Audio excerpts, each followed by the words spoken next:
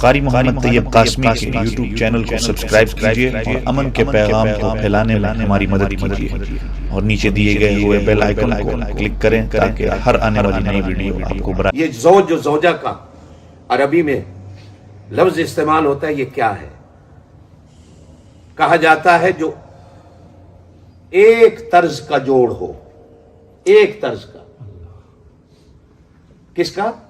ایک ہی قسم کا، یعنی برابر ہو۔ وہاں قرآن نے زوج جوڑا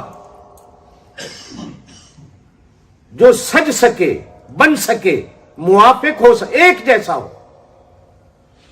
اس لفظ سے معلوم ہوتا ہے کہ نبی پاک صلی اللہ علیہ وسلم کی ساری بیویاں گویا کہ نبی پاک جیسی تھی۔ توجہ سے میری بات یہ سمجھنا، ایسے لگتا ہے کہ نبی پاک صلی اللہ علیہ وسلم جیسی تھی۔ اب نبی پاک جیسا تو کوئی ہو نہیں سکتا، آپ کا بھی میرا، ہم سب کا ایمان ہے کہ نبی پاک صلی اللہ علیہ وسلم جیسا کون ہو سکتا ہے؟ علماء نے لکھا ہے کل میں تو نہیں، کل میں نہیں، لیکن بعض جزیات ایسی ہیں کہ جن جزیات میں نبی پاک صلی اللہ علیہ وسلم کی بیویاں بالکل حضور کے برابر تھی۔ سخاوت میں جس طرح نبی پاک صلی اللہ علیہ وسلم سخی تھے، اسی طرح حضور پاک صلی اللہ علیہ وسلم کی ساری بیویاں سخی تھی۔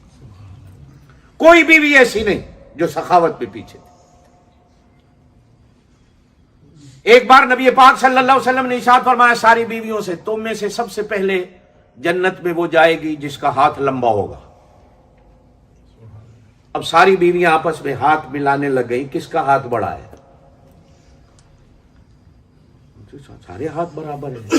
حضور نے فرمایا میرا کہنے کا مطلب یہ نہیں، کہنے کا مطلب یہ ہے کہ اللہ کی راہ میں دینے میں جس کا ہاتھ بڑا ہوگا وہ سب سے پہلے جنت میں جائے گا۔ حضرت عائشہ رضی اللہ تعالی عنہا کے پاس ایک ایک دن میں 1,00,000 درہم، کتنا؟ 1,00,000 درہم آیا۔ آج کے زمانے میں آپ یوں کہیں کہ ملینوں پاؤنڈ کے برابر 1,00,000 درہم آج کے زمانے میں۔ شام تک راہ خدا میں لوٹا دیا، خود روزے سے ہیں، افطاری کے لیے گھر میں کچھ نہیں تھا۔ حتیٰ کہ خادمہ سے کہا کوئی افطاری کے لیے کچھ لاؤ، تو وہ زیتون کا تیل لے کے آئیں، اچار لے کے آئیں، سوکھی ہوئی روٹی۔ کہا اور کچھ نہیں؟ کہا اماں اور کچھ نہیں۔ کہا دن کو بتا دیتی تو چلو 1 درہم ہم اپنی افطاری کے لیے رکھ لیتے کہ کوئی اچھا سا کھا لیتے۔ آگے سے خادمہ بھی ایسی تھی، کہنے لگی اماں جب آپ کا حکم ہے کہ سب کچھ راہ خدا میں لٹا دینا ہے تو میں نے سب کچھ راہ خدا میں غریبوں کو دے دیا۔ سبحان اللہ۔ عبادت میں نبی پاک صلی اللہ علیہ وسلم کی کوئی بیوی ایسی نہیں جو کم ہو۔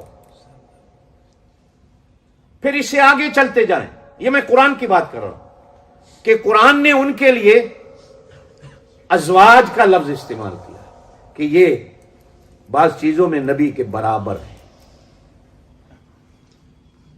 نمبر 3، جتنی نکاح میں آئیں یہ 11-12، قرآن نے سورہ احزاب میں 22ویں سپارے میں 2-3 رکوع میں یہ پوری حقیقت کو اللہ نے کہا میرا نبی جو آ گئی ہیں یہ میں لایا ہوں، جب میں لایا ہوں تو ان کی طلاق کا حق بھی میرے پاس ہے، تیرے پاس نہیں۔ یہ مولانا بیٹھے ہیں قرآن میں، آپ ان کو طلاق بھی نہیں دے سکتے، آپ ان کو تبدیل بھی نہیں کر سکتے۔ میں لایا ہوں اور میں چن کے لایا ہوں تیرے لیے سارے جہان سے کہ جس طرح میرا نبی ہے میرے نبی کے گھر میں بھی ایسی آئیں کہ نبی کے برابر ہو۔ اب 11-12 کیوں آئیں؟ پہلی بات اللہ چن کے لایا۔ نمبر 2، آپ صلی اللہ علیہ وسلم کی گھر کی زندگی کو قیامت تک آنے والی امت کے سامنے بیان کرنا تھا۔ اس کے لیے ایک خاتون کافی نہیں تھی، اس کے لیے اللہ پاک 11-12 لایا۔ اور اگلی بات، سوائے ایک کے باقی ساری بیوہ ہیں، باقی ساری، زور سے کہہ دے، باقی ساری بیوہ ہیں۔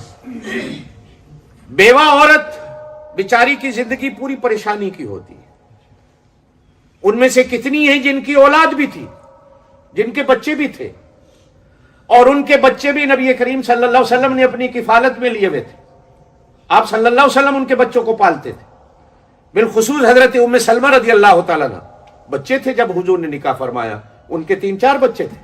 تو نبی پاک صلی اللہ علیہ وسلم نے خود ان کو پالا، ان کی شادیاں بھی حضور نے خود کروائی۔ اللہ پاک نے فرمایا میرا نبی ان کا طلاق کا حق بھی میرے پاس ہے۔ ہر مرد کو حق ہے طلاق کا، آپ جتنے بیٹھے ہیں، لیکن نبی پاک صلی اللہ علیہ وسلم کے گھر میں آنے والیوں کو اللہ پاک نے، نبی کو بھی ان کو طلاق کا حق نہیں دیا۔ اللہ نے فرمایا یہ میرے پاس ہے، اس لیے کہ میں چن کے لایا ہوں۔ اب ساری بیوہ